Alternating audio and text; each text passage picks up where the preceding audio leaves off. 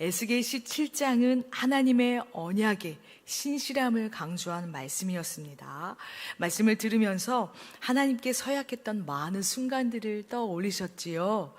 우리가 집사가 되었을 때, 권사가 되었을 때, 또는 장로님이 되었을 때, 전도사님이 되었을 때, 목사님이 되었을 때 우리는 하나님과 한 약속을 기억하실 겁니다. 그 약속에 대한 엄중함에 대해서 우리는 어제의 말씀을 통해서 깊이 성찰할 수 있었습니다. 사랑하는 여러분, 하나님께서 우리의 집사, 권사, 장로, 전도사, 목사의 길을 인도하셨지만 그 길을 선택한 사람은 바로 우리 자신이라는 것을 기억하시기 바랍니다. 에스겔시 8장은 우리 스스로 선택하고 있는 개인의 책임에 대해서 말씀합니다. 우리가 선택한 그 일에 대한 결과는 바로 우리 자신이라는 말씀을 하나님은 오늘 우리에게 들려주십니다. 이스라엘 백성이 하나님께 이렇게 불평합니다. 조상의 죄 때문에 우리가 고통받는다라고 말합니다. 바벨론의 포로로 끌려온 것도, 외세의 침입을 받는 것도 모두가 조상의 죄 때문이라는 것입니다. 자신들은 하나님의 율례와 규례를 잘 지킨다고 생각하고 있습니다. 그런데 하나님께서 오늘 2절과 3절의 말씀을 통해 이렇게 말씀하십니다.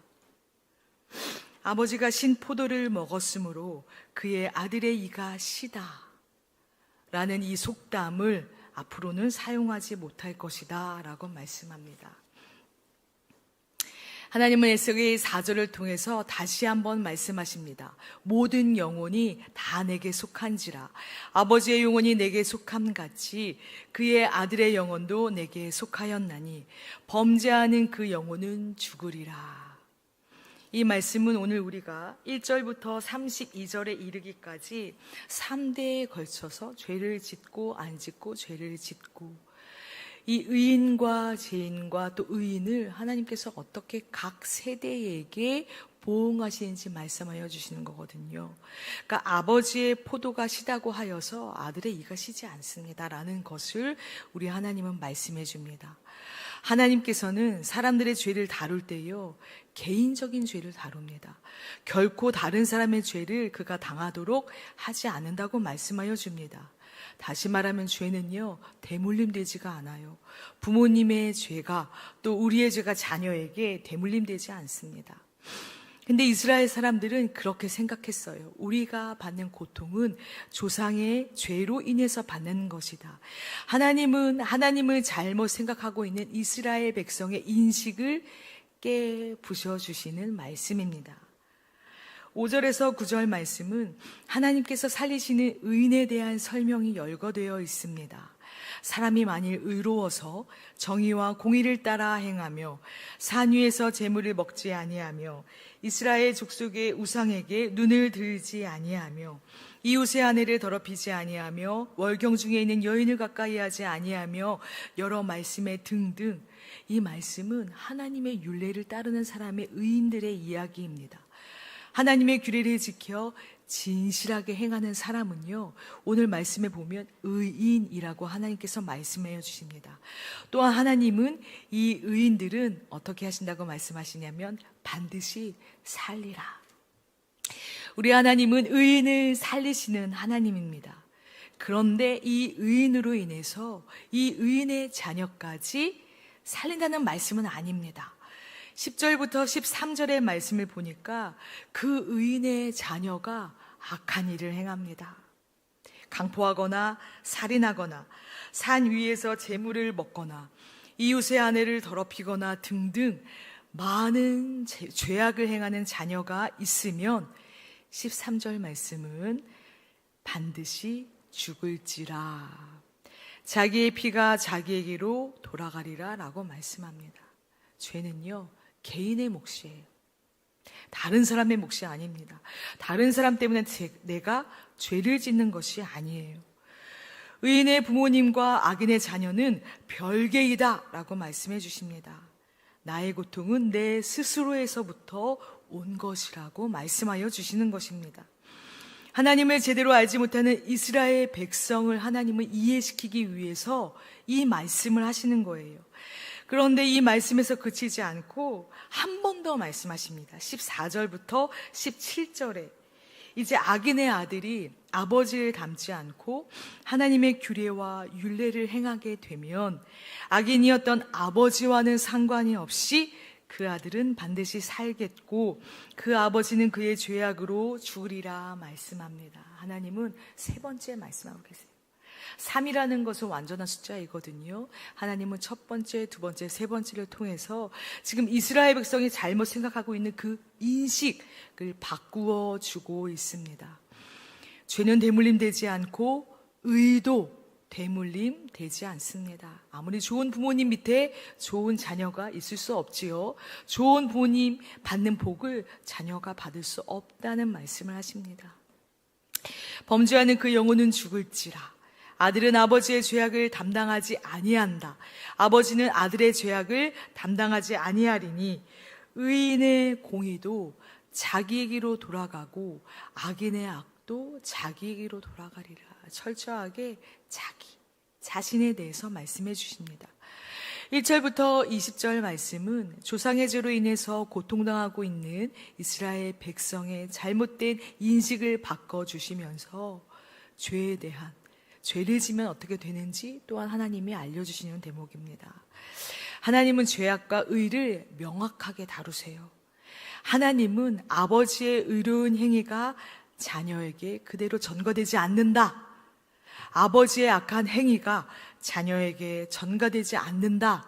분명하게 말씀해 주십니다. 아버지가 의로운 인물일지라도 자녀가 악을 행하면 그 자녀는 자신의 악으로 인해서 심판을 받게 되어 있습니다. 반면에 아버지가 아무리 악한 인물일지라도 자녀가 아버지의 악함을 따르지 않고 하나님의 의를 선택한다면 그 자녀는 의인의 복을 받게 됩니다. 이 말씀을 통해 우리는 하나님을 더욱 깊이 묵상할 수 있습니다.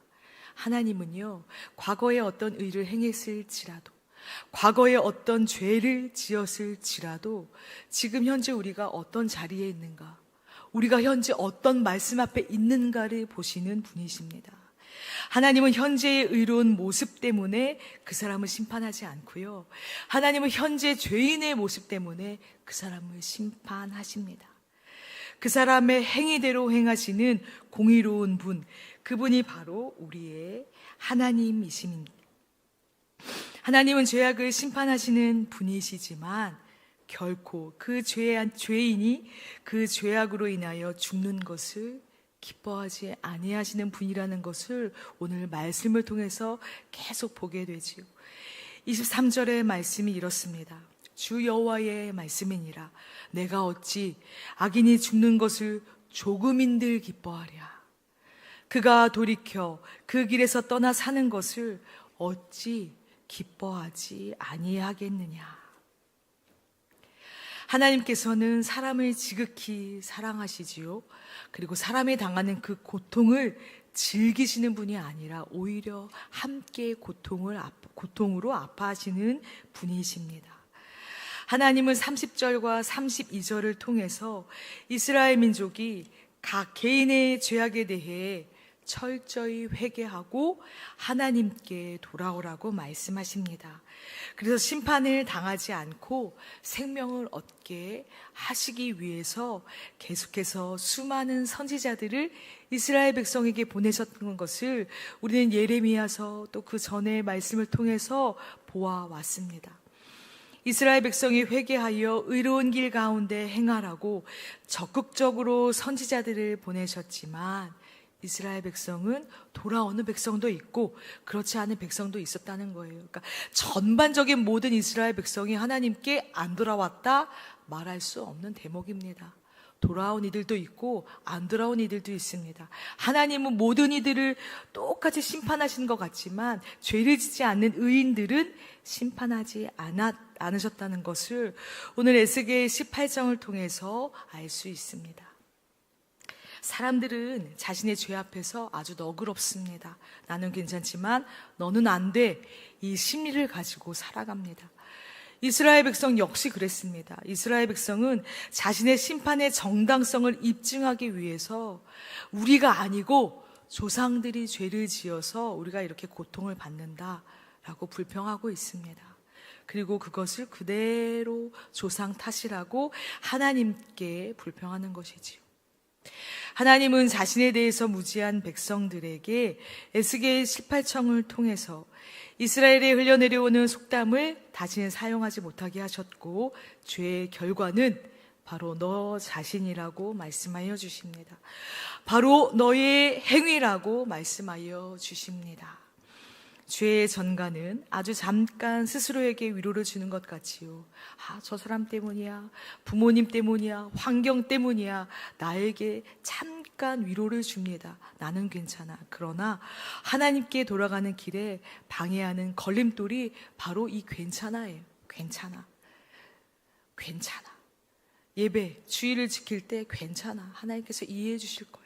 이거는요, 하나님께 죄를 짓고 하나님께 돌아가지 못하게 하는 그 걸림돌입니다. 나의 교통의 결과는 바로 내 탓이지요. 내 탓임을 깨달았을 때 우리는 그분의 음성을 제대로 듣고 회개할 수 있게 됩니다. 범죄하는 영혼은 반드시 죽으리라. 이 말씀도 피해갈 수 없지만 하나님은 또 이 말씀을 주시지요. 너희는 스스로 돌이키고 살찌니라. 이 말씀 역시 우리 모두에게 하시는 말씀입니다. 에스겔 18장은 3대에 걸친 의인과 악인, 또 의인의 가계도를 하나님께서 설명하시면서 하나님은 우리가 지금 어디에 서 있는가, 그것을 보고 계세요. 과거에 우리가 너무 하나님의 일을 열심히 해서 그 영광으로 살아가지 말라는 말씀이에요. 과거에 우리가 어떤 직분을 가졌던 어떤 자리에 있든지 내가 지금 하나님 앞에 온전히 서 있지 않고 교만한 자리, 나는 과거에 이랬던 사람이야 라는 것을 강조하고 있다면 하나님은 그를 심판하실 것입니다. 지금 내가 겸손한 자리에 있는가, 내가 하나님 앞에 회개하는 자리에 있는가, 하나님은 그 현재의 자리를 굉장히 중요하게 여기십니다. 하나님의 심판은 무자비함이 아닙니다. 회개를 촉구하는 사랑의 부르심이에요. 오늘도 하나님은 우리를 그렇게 불러주십니다. 사랑하는 새신교회 성도 여러분, 우리는 우리의 죄에 대해서, 특별히 나의 죄에 대한 책임을 져야 합니다. 죄를 짓는 것은 정말 부끄러운 일이지요. 수치스러운 일이지요.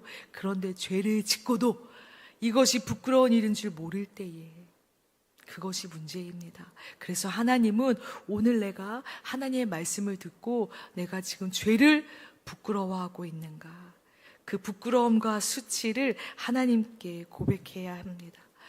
너무나 많은 감각들 속에 살아가고 있잖아요. 우리가 유튜브로, 책으로, 말씀으로, TV로. 그래서 하나님의 말씀이 자꾸 무감각해져요. 그리고 죄에 대해서 무감각해져요. 내가 하고 있는 이 말이, 내가 지금 하고 있는 이 말, 이 행동이 누군가의 아픔이 되고 있다면 내가 죄를 짓고 있는 것이지요.